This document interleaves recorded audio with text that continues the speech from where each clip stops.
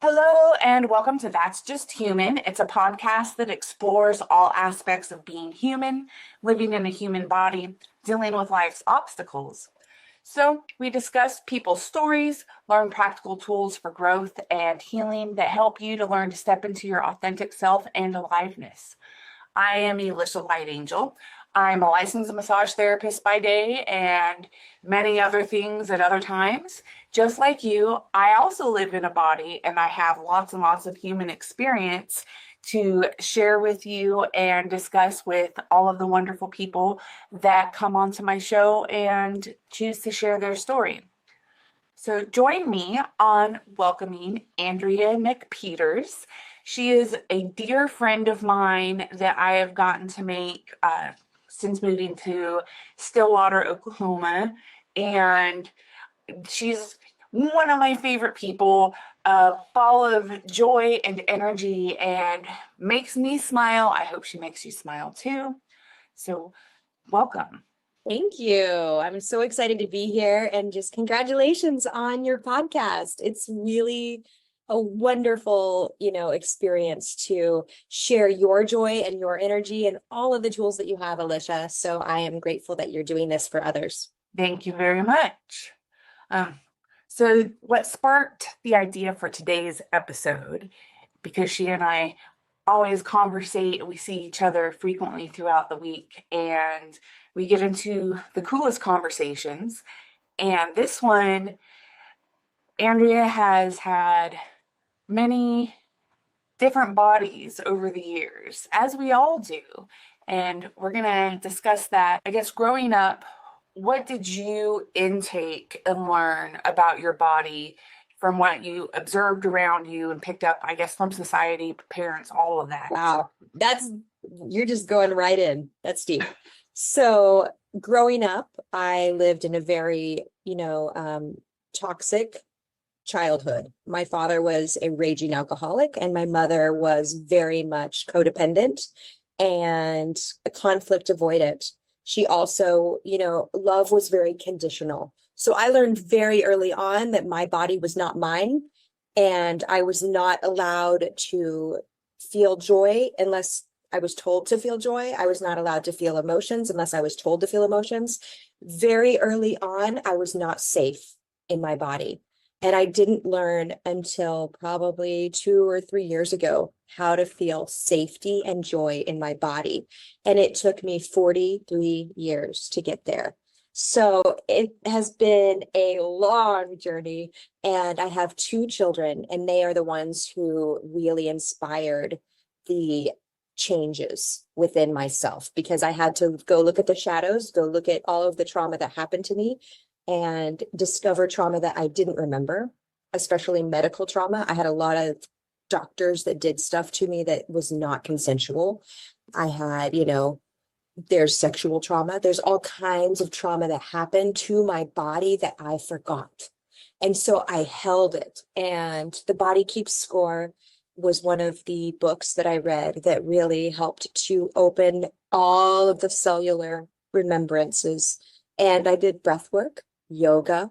I went to multiple therapies.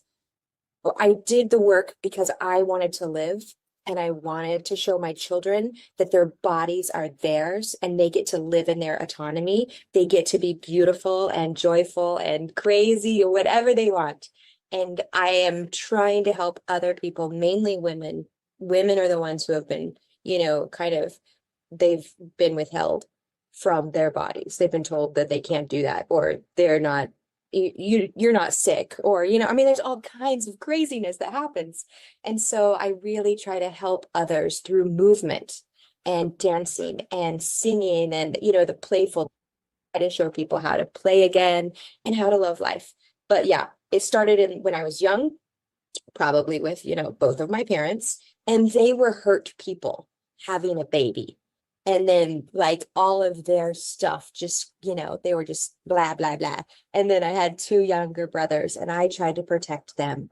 And so, it was a long time until I started healing. And it wasn't until I had children of my own that I really started. And that's when I had gained a lot of weight during pregnancy due to hormonal changes and stress. And then I couldn't lose that weight. I was in a body that was around 250 pounds, and I'm 4'11". It was hard to live. It hurt to exist. Mm. And I thought that that's what I deserved. So getting over that, and now I'm in a body that feels awesome and I feel strong. And every day I'm working to be stronger because I love life, and I'm just trying to be my best self and show my kids that, life is worth living and it's worth having fun. So yeah. Oh, for sure. Were you aware of your body, say, as a teenager? I know a lot of us, especially us women, become really self-conscious on how we think that we're supposed to look. And I know for me, it sparked an eating disorder that lasted for 17 years. And I have done a lot of work to unravel that and my relationship with food. I So, too had an eating disorder. I would use food to feel. And so I would make myself extremely full so that I could feel something mm, in my body. And it took me about 10 years to realize that that's what I was doing. After 10 years of overeating, I had gained 180 pounds. So, yeah. I mean, my body size is supposed to be around, I'd say anywhere from 100 to 120 is where I'm supposed to be that feels good on me. And I was at 180 to 280. At my heaviest, I was at 280 pounds, and I was about as far as clothing, I was wearing a size 28. wow. Yeah. Yeah. And so I've lost, 60 inches in my waist. I was a whole nother person. The pictures that I see of myself, I don't even recognize myself. And most of them, you do not see my body. You only see my face. That makes so much sense. A lot of people, you're not comfortable in showing your body, but the face is okay. It doesn't show all of the extra fluff or the extra emotions that are being stored in the body through those tissues. Yeah. So, how long would you say that you lived in a larger body? I lived in a larger body for 12 years. And so actually it was more like 20 years because I was about 21 until 35, 36. And after my kids, I gained a lot of weight, and then I would eat really well and try to work out, and then something would happen and I'd go back to food to feel. And so, I just couldn't stop eating. I had a gastric sleeve done when my daughter, when in 2015. And that helped me for about 10 years. And I got to my goal weight. I stayed there, but then menopause happened. And so I was like, and all of the noise came back, and I was going to therapy. I was doing the breath work. I was like, okay, you don't need to eat, but I couldn't stop. And I was just like, so that's when I decided that I would try this new trend, the GLP-1, and it instantly helped stop the food noise.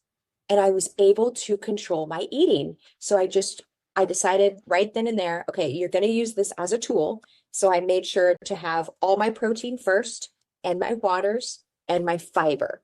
Then it was vegetables. Then if I was still hungry, I could choose a carb or, whatever. I'm also gluten free, so I always have to be careful with that. But this GLP-1 has helped me always choose the protein first, which has helped me build muscle like I've never had. So he's really awesome. Yeah, I'm definitely interested in that. I know you and a couple other people that have gotten Are on using it? one, but I don't know if everyone that is getting on it is making conscious No, they're not. lifestyle decisions. I think that's the problem, because if you're not using it as a tool, knowing that you can't be on it forever. It's a peptide. It's going to work with your cellular patterns. It's going to work with the synapses in your brain only for so long, and then it probably won't work anymore. So you've got to get the eating right. I do yoga every day. And if I don't do yoga, I go and I walk. I have to move my body, because otherwise it's going to all come back. And living in a larger body hurts my bones. Like it physically makes me feel tired and sore. I was beautiful. I look at pictures and I was beautiful in all the phases that I was, but this one feels good. And that's what I want. I want to feel good. It's like, it's better. It's like, wow, I feel strong and I feel like I can go and I can go on a walk instantly. Or if you call me up and you're like, you want to go do a yoga class? I'd be like, hell yeah, let's do it. So yeah. I love that. It's definitely just a tool. I don't plan on using it forever. It's a fantastic tool for people who are struggling. They may want to give it a try. Maybe not though. Number one is moving that body and getting out of your head. Yeah, I find that hard. I know for myself, I've been in and out of movement in my own body. I can be very heady and often stuck in my head, in my thoughts on what I'm doing. I'm very goal oriented, future oriented. So once I get stuck on something, it becomes almost an obsession that I have to complete, even if it's a small task, must complete this. And so then I go through an entire day and maybe I moved by default doing things, but there was zero intentional moving. There wasn't any cardio. It was just doing the human doingness. If it's a struggle for me, then it's a struggle for other people out there. Oh yeah. And I would say in my life, there was one point in my 30s, I was consistent for a year and a half. And that's the longest I've ever been able to consistently keep with something. Now I'm in my 40s, and like this morning, I just woke up stiff. Nothing. I did 10 minutes of yoga, not much, but I was almost dying with these gentle movements because my body is so stiff. And so part of me, I'm mad that my body feels stiff when I want to be able to get up, feel like I can do a stretch and it feels like a nice stretch instead of, man, this is kind of painful. So I'm going to lean into it to try and just get my body to free up a little bit. And I know I'm working on that for my own life. You're such an inspiration because you're at this point very consistent. You're teaching yoga and you're teaching people every single day. And if any of y'all visit Stillwater, I highly recommend you come to one of Andrea's classes. She is amazing. Every class, she does different flows. She gets you moving your body in fun ways. She makes all of it really enjoyable. And she mixes, it's not just yoga. She knows. No, I really try to make it like yoga for all. And I think the first time I taught yoga to it's an older generational class, I went way too hard. And they said they're never coming back. And right there, I learned, oh my gosh, I've got to give cues so that everyone can do this. Because if you haven't moved in a year or whatever, and then you come to my yoga class, all I'm going to have you do is work on your fingers and your toes.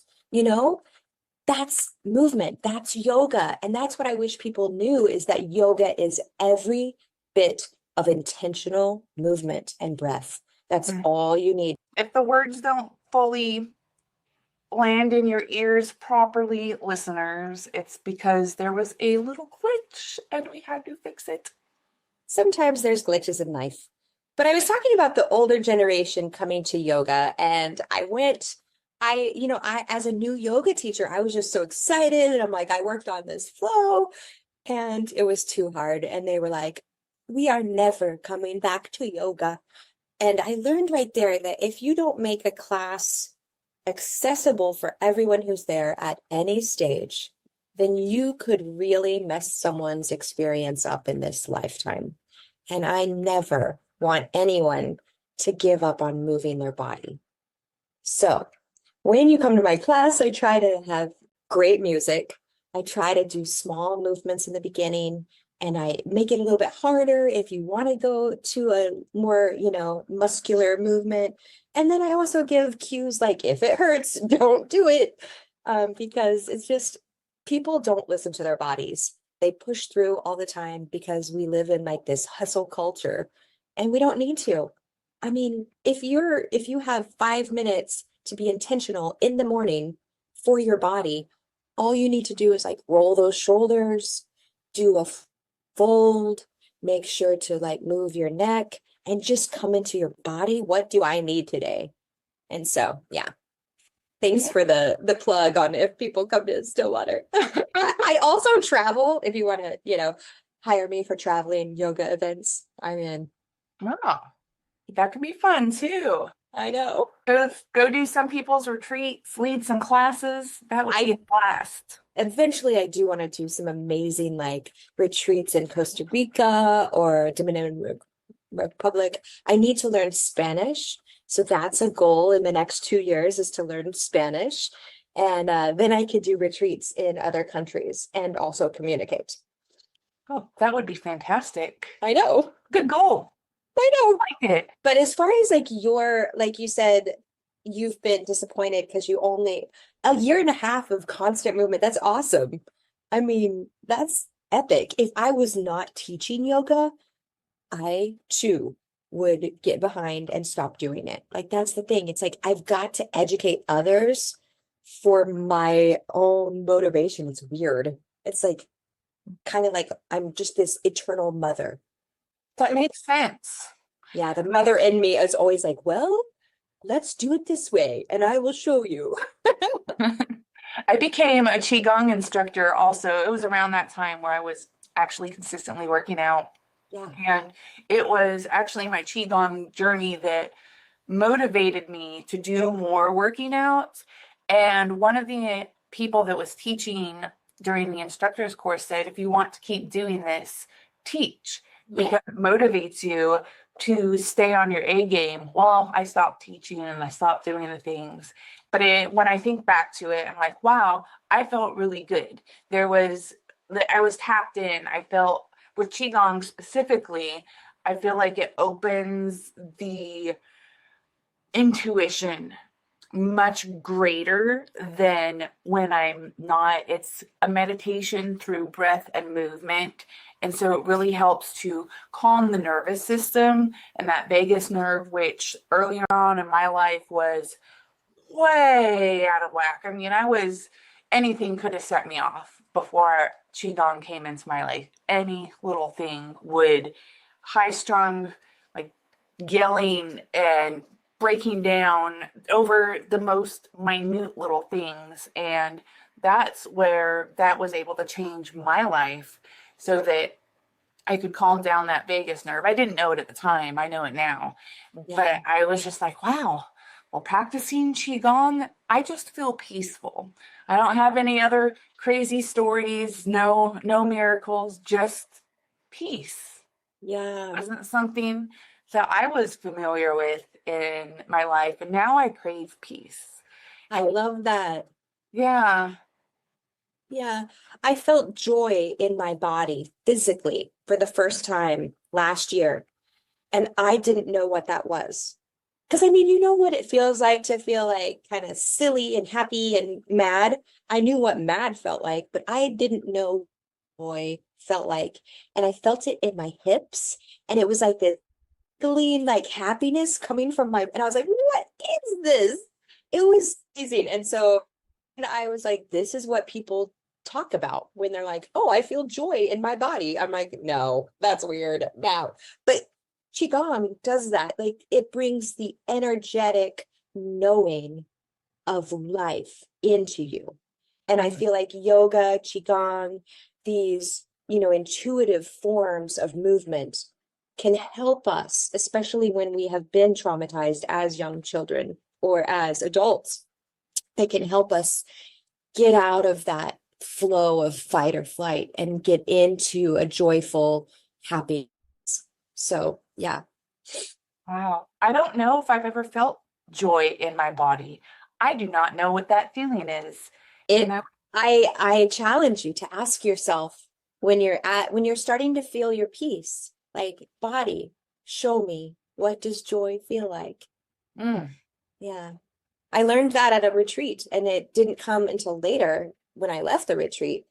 And I was just like, whoa, that's awesome. But I had to ask my body, I mean, for multiple multiple days in a row before it actually came to me. And then it felt delicious, like just like yummy. Like my body was happy. Like after I've had a massage from you and I'm just like, oh, all zenned out. That's what it felt like. It was great. Wow. Yeah. That's really cool.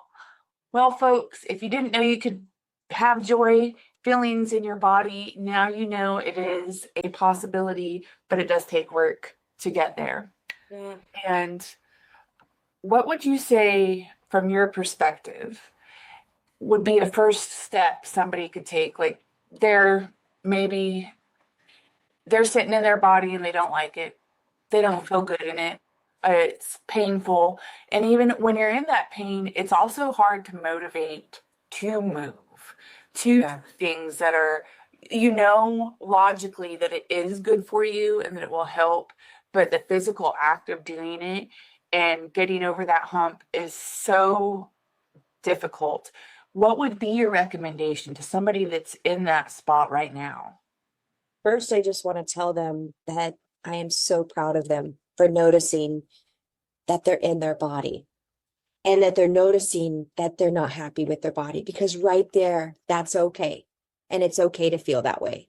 And then I would ask them to just do um, butterfly taps, just tapping each shoulder one at a time and just feeling the hand hit the shoulder and the shoulder hit the hand and just gently noticing that, okay, I'm here. I'm in this present space. Then thinking of some sort of a gratefulness practice is what I would add. So I'm grateful that I get to breathe. I'm grateful that I am here. I am grateful that I get to open my eyes, and I'm grateful that I get to see the color blue. Just something small. Start with something small, because it's really hard when you are unmotivated, when your body hurts, when you feel heavy. It's the hardest to be grateful because you're just mad. How did I get here? Why did I do this to myself? And you're just blah, blah, blah, and it just comes down on you like mud. And that if you can just notice that you're in that mud and that life is full of mountains, you can start walking up the mountain if you want to. But it takes a small, tiny step forward of gratefulness. And all that is using one of your senses. So your sound, you can turn on some wonderful music, and then you can just gently move your body. I mean, if you are so heavy and hurting that you can't get up, then I would just say swaying back and forth, and then maybe making some circles with your body. I used to use Richard Simmons as a motivator. I would watch Sweatin' to the Oldies. And it took me a long time to actually do the video, but I eventually could do the video. And when I got to the video, then I would do a little bit more. And sometimes I would only be able to do half a song, but I loved singing and I loved dancing. So for me, that was my motivator. I'm going to sing it and dance it. So I would sit there and sing the whole time, and then I would move for half of a song. And then the next day I'd be like, okay, are you going to do that video again? Okay, you can do it. And this was when I had like kids. And so they were babies and they liked to do little stuff. And yeah, eventually I was able to do the whole DVD. And then I was just like, okay. And then my body got stronger. The other thing was making choices that made me feel better. So eating cake made me feel good for the sugar rush, but then I felt horrible because it was so much sugar. And so I started to notice that. And I was like, okay, what makes you feel better? It feels better if you eat a salad first. So even like if I wanted donuts, I would eat a banana first so that I had that potassium and that fiber. And I started doing little habits over and over and over again. And then, here I am 20 years later. It took me 20 years. I mean, some people take a month, other people take 20 years, and it's okay. Wherever you're at, if you decide to change, you can, but you have to do the steps, tiny little habits. So I would say if they're stuck in their body, do the butterfly taps. It's just a nervous system healing technique I learned from a lady called Kate Northrup. And then I would say, find one of your senses and find something to be grateful for. I like that. These are really simple. I think anyone would be able to integrate that regardless of the body that they are in. Yeah. Yeah. Most anyone, unless they're quadriplegic. Even if they're quadriplegic, Attitude and the senses. So those are still something. if they're quadriplegic, they could blink their eyes. They could start by just blinking their eyes, and then maybe using, if they have their sense of smell, they could find a smell that they're grateful for and start there. Yeah, I really like that. So I know along with like these are the physical things we can do, but there's a lot of mental aspects that come with that. Obviously, that's why it takes some people 1 month and some people 20 years. Some of us just have a lot more stored up trauma and baggage, which has also created patterns of trying to feel safe Yeah. in our bodies. And we always revert back to those patterns.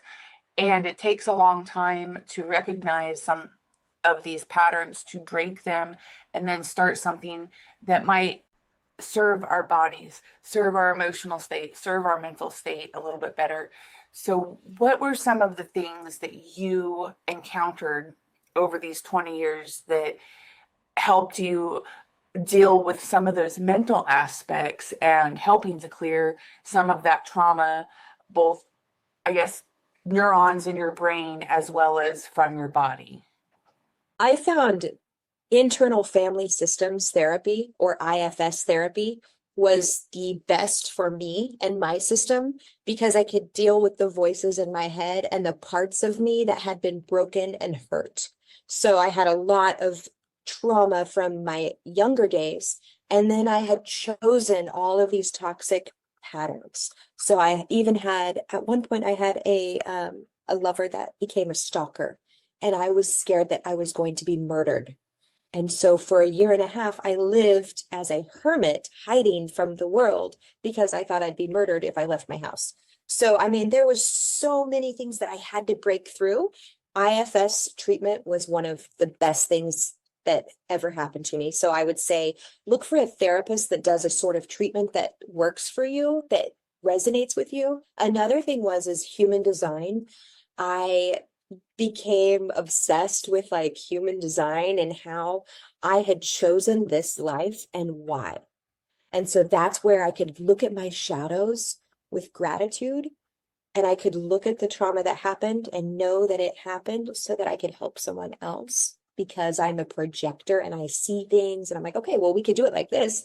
And, but I have to be asked to respond. So anywho,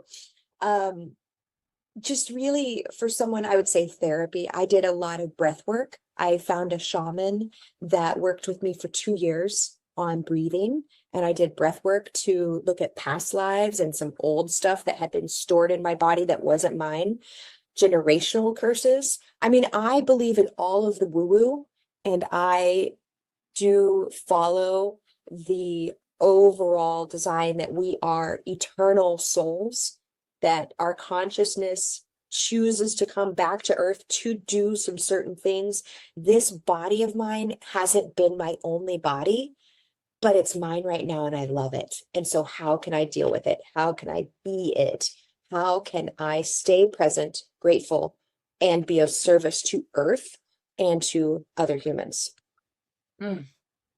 Yeah, that's wonderful. I think finding a therapy that resonates, and I think that's hard. I know It is. that can bounce from therapist to therapist, just looking for a person that they can one resonate with. And then when you don't know what you need, you don't know yet what you resonate with, which is part of um, why I want people to share their experiences or things that have helped, because there's thousands of different techniques, modalities, and because we all have such different personalities, or we resonate with one thing over another thing, sometimes you have to try several different things before you find the something that works for you. Because I've heard other people things that work for them, and I'm like, yeah, no way, that will not work for me. Yeah. things that work for me, there's other people out there going, yeah, no, not doing that. So it really comes down to what's best for you. And there is no right or wrong way. Right. And it all matters. And in the end, it's like, okay, you've got to just keep trying. Like if it doesn't work, if you hated that therapist, if it didn't feel good and you don't like it and you're just like, and you're mad at the world, okay, that's okay. Take a breath, take some time, and then go back. Go back into the trenches because life is worth living. Life is worth feeling like joy. And you're here to do something. Like your purpose is to live.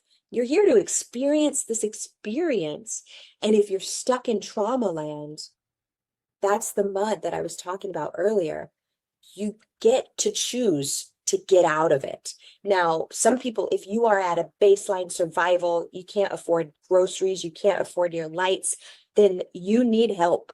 Get all the resources you can. That's where I would say go to like the nonprofits, United Way, Judith Carmen, all of the ones that are here in town or that are federally funded, which may not be funded anymore. There are places that will help you. Get the help first to feel safe in the base level foundation. And then the next level is your mental status. It needs to feel safe. And so that's where I think therapies, movement, and mindfulness really are key. Find one that works for you and then go full force because you're worth it. I really agree a lot with that because I've been in that survival mode before. Before I came into Qigong, I was a single mom, and that is probably the hardest experience that I have ever had in my life was trying to survive as a single mom, especially when my nervous system was overshot. So when you are living in a state of fight, flight, freeze 100% of the time, you are not capable of thinking clearly in any situation, which means you're not capable of pulling yourself out of that muck, that mud that you're in, because you can't even think of what would be the proper way. And I didn't have a support system. Anything that I applied for, I wasn't getting approved for help. So I was struggling, and it was doing the Qigong in a state of fight, flight, freeze, in a state of survival, in a state of, I don't know if I'm going to have my apartment next month, but I can't live out of my car with my son. So I don't have an option other than doing whatever I need to do to make money to make sure that the bills are paid. Yeah. There's food in my son's mouth. But after going through practicing the Qigong, just a couple weeks even, my internal self being able to calm down was the start of a process that was allowing me to think more clearly in my life. But it was several years. It wasn't this overnight something happened and bam. I think we look at other people's lives and like, wow, they did that. It was so easy for them. But I don't think the process is easy. I think it's challenging for a lot of people that go through it. But the thing is, you get up every day and make a choice to do something that catapults you there. That's a beautiful way to say it. And I resonate a lot with the single momness. There was a time where, my electric got turned off. Thankfully, the kiddos were at their dad's house, but I had to come up with enough money to pay the bill that I didn't pay.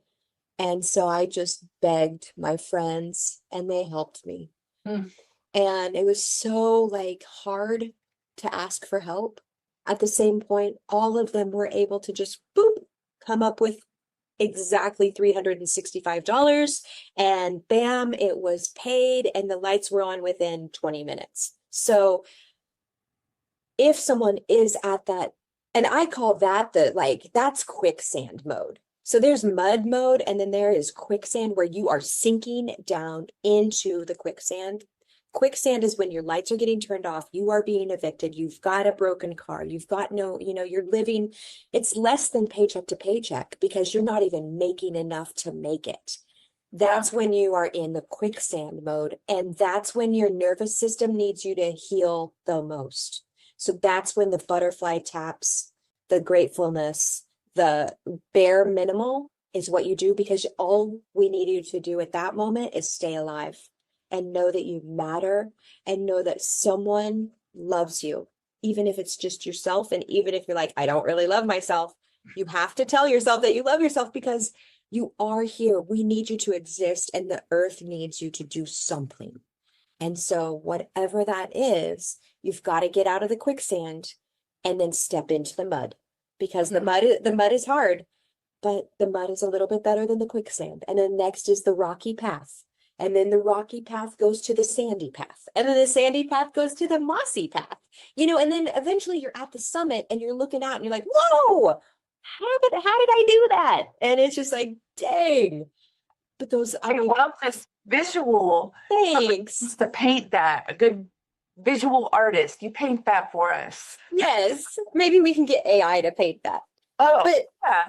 yeah. So, I mean, it's just like, those are the things that we all may be struggling with.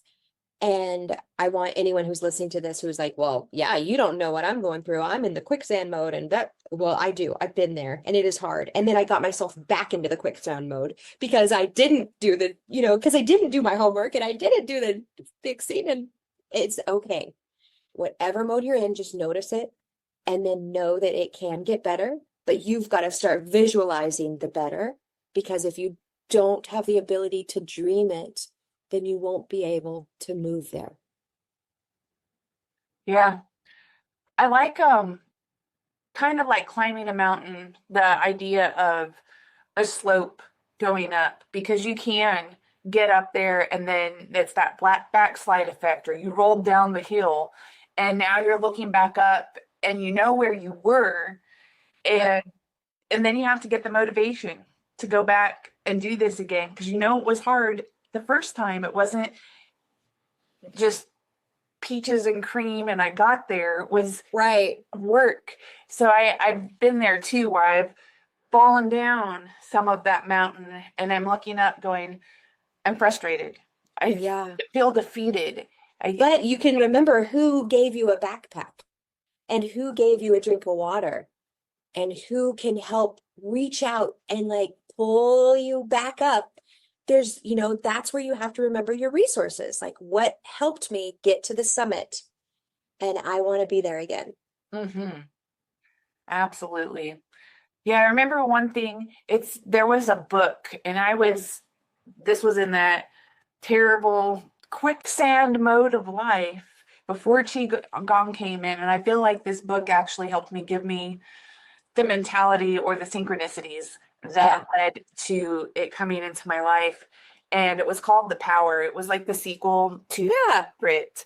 And for a lot of people, they'll just read that book, toss it to the side. But for where I was at that point in my life, that book was the words that I needed to hear to help shift, just that micro shift in my mental thinking that helped lead me to somewhere else, instead of down the woe is me rabbit trail. I don't want to be here anymore.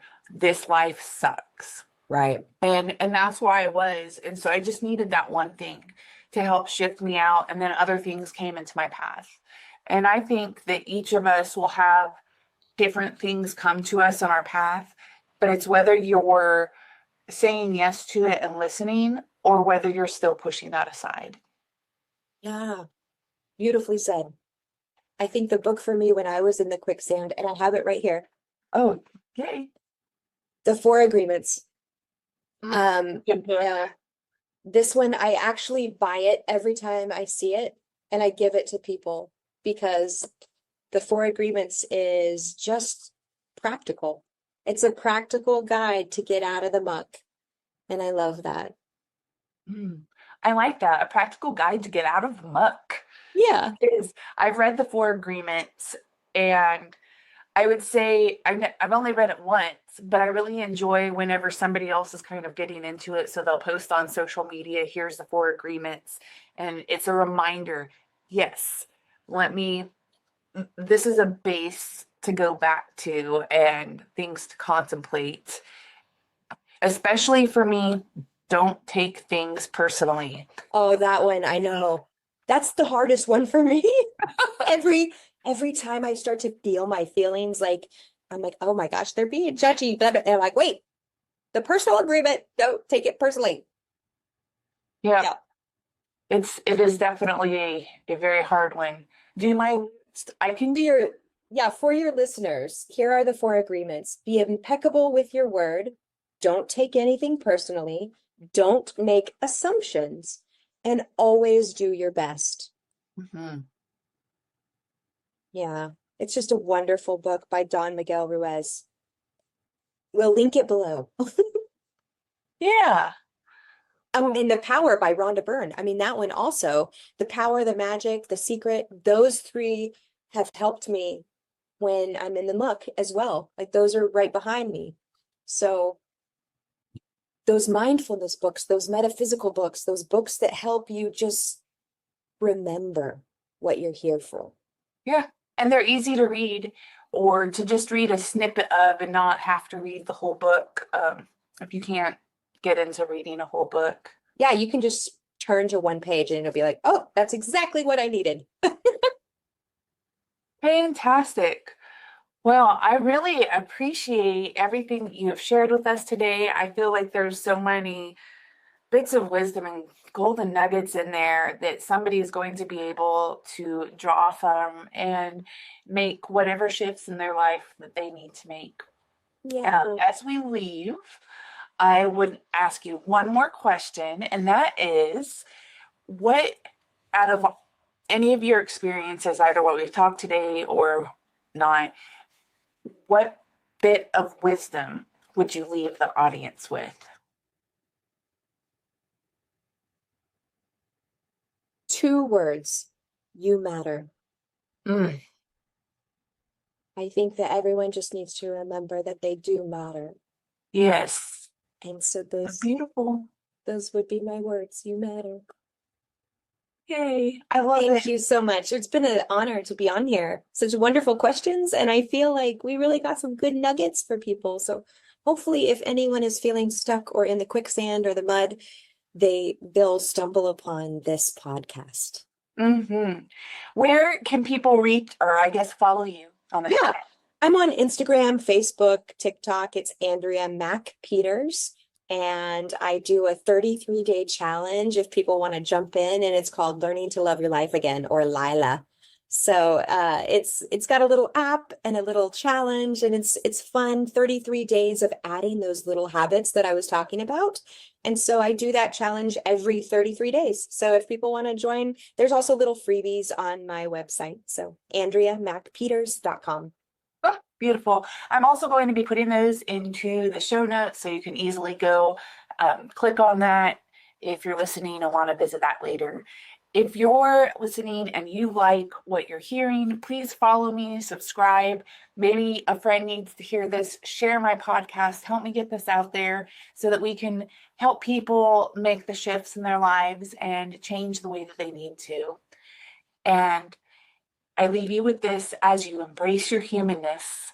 Be kind, be you, and remember, everything is part of the journey.